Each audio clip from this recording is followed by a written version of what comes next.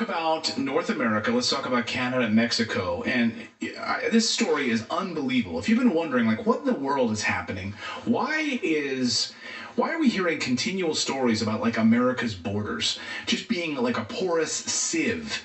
Thousands of people pouring across the border on a regular basis. We hear about people sleeping in tents all over through Texas and into Florida and Alabama and all the places, right? They're being bussed and flown up to Martha's Vineyard now. So what in the world is going on? America has an absolute immigration problem, and that's no secret. But could it be that it's all part of a bigger plan? Could it be that this was all planned from the beginning? Makes you wonder, right? I never really thought about it this way. I mean, I knew that Democrats certainly wanted it this way, but I didn't really think that, well, there was something larger at play here. Maybe the World Economic Forum, the United Nations, working in cahoots on all of this? Well, we'll get there in a second. But first, Lara Logan, excellent independent journalist, she blew this story out of the water, and it is literally mind-blowing. So I just want to set this up. I want her to explain what she thinks about the American border situation. She was on the Steve Bannon show. It's amazing he can still do a show. Like, I'm curious, like, when he's not like, right. How does he get away with? They keep like grabbing him, and then he goes back to doing a show. And anyway, just focus on Lara Logan, okay? And I want you to listen to what she says about the border, and then we're going to get into some more nuggets here. Just listen.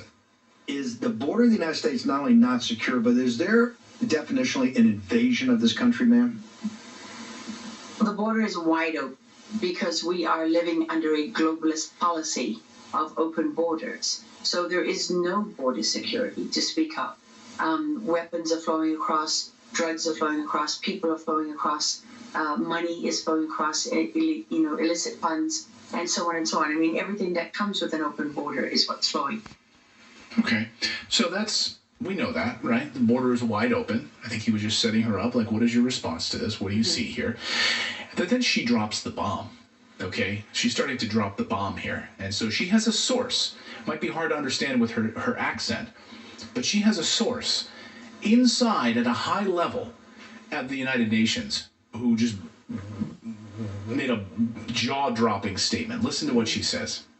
And the reason it's happening, Steve, it's not just an invasion. It is an invasion, but an invasion that is part of a long-term plan and political ideology to obliterate the sovereignty of this nation and change the way the world looks forever. It's not just America's sovereignty that's on the chopping block. It's sovereignty all over the world. It's just that this is the place that is the light and the guide for the whole world. So it's a part of a plan? That we're just having porous borders and thousands of people are pouring across the border every day? Like, what would be the motivation for that? Why would they do that in the United States? Well, now it's coming together. So pay attention to what she says next. Listen. And what I learned from a source, who is a very unique source, having infiltrated the globalist cult at the UN level, is that he was in high-level meetings that required a number of security clearances where they actually discussed the plan to bring 100 million people into the United States in order to pave the way for a regional government of U.S., Canada, and Mexico. What? This was the plan. A high-level source at the United Nations with multiple levels high of security clearance saying that this was discussed, authorized, executed upon to allow 100 million people to pour across the border into the United States, therefore completely altering. We've already seen it altering voting landscape in the United States. Yes. Right? Maybe not to the way the Democrats had hoped, actually, but certainly changing the demographics of state after state after state. To have 100 million new people in the United States. In many ways, and what she's saying is it would just make it like irrelevant to have borders. What's crazy?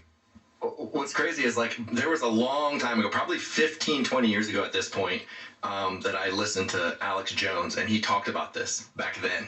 I just saw someone in the chat saying Alex Jones has been saying this for years. Yes, that's crazy. For a very long time.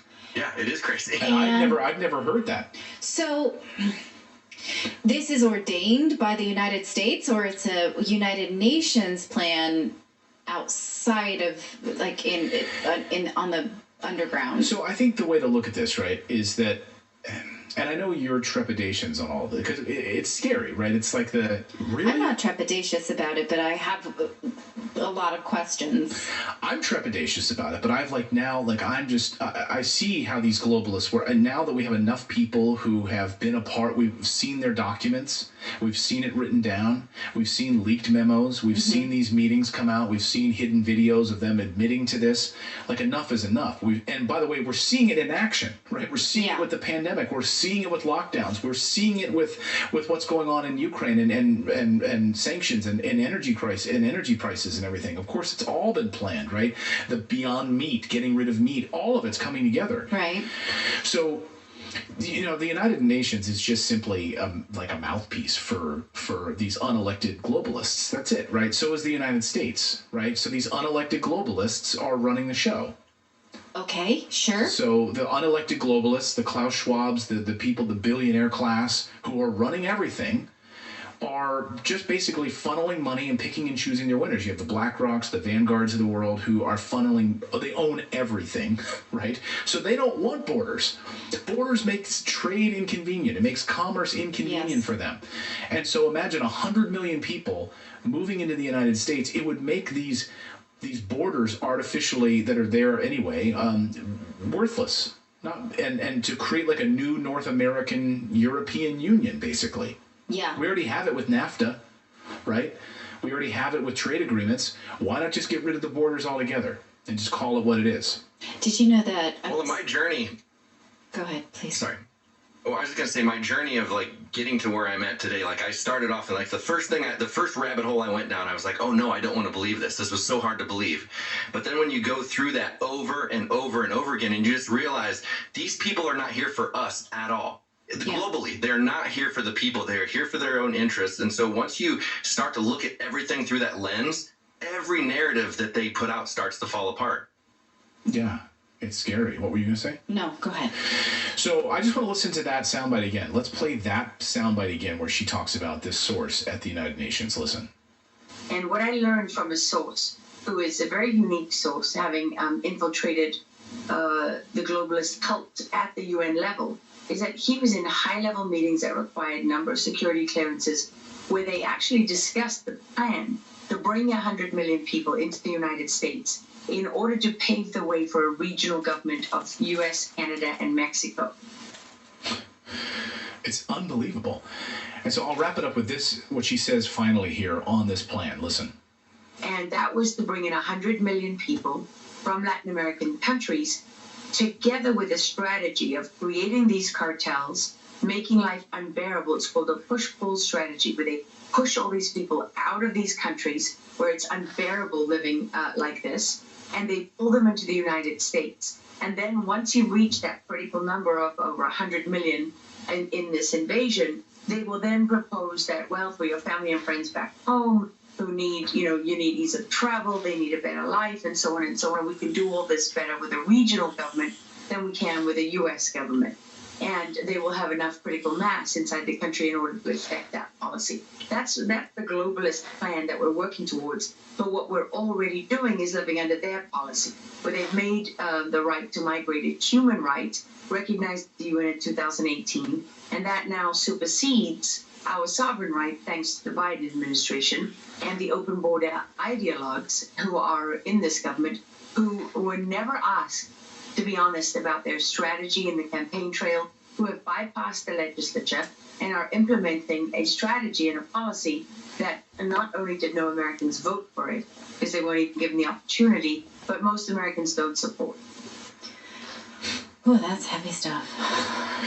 She's an investigative journalist and one of the best in the business. And to have that, I would love to see documentation of this.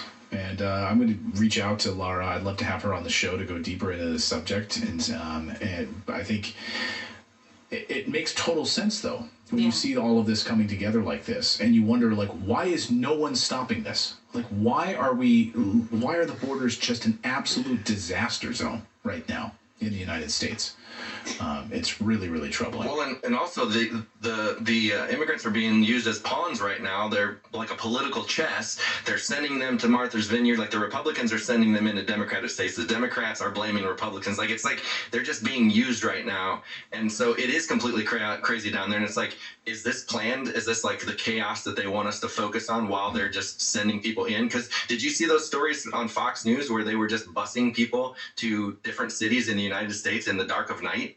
Oh yeah, and then of course the Martha's Vineyard over last week.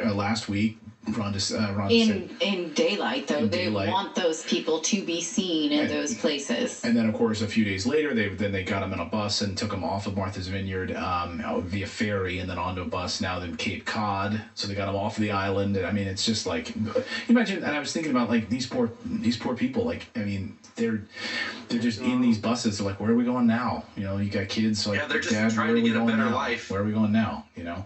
Yeah. Yeah, they're trying to get a better life, and we're using them like political tools. I would love to hear from our viewers what you guys think about this. Do you believe this story? Do you believe this story? Let us know your thoughts in the comments below.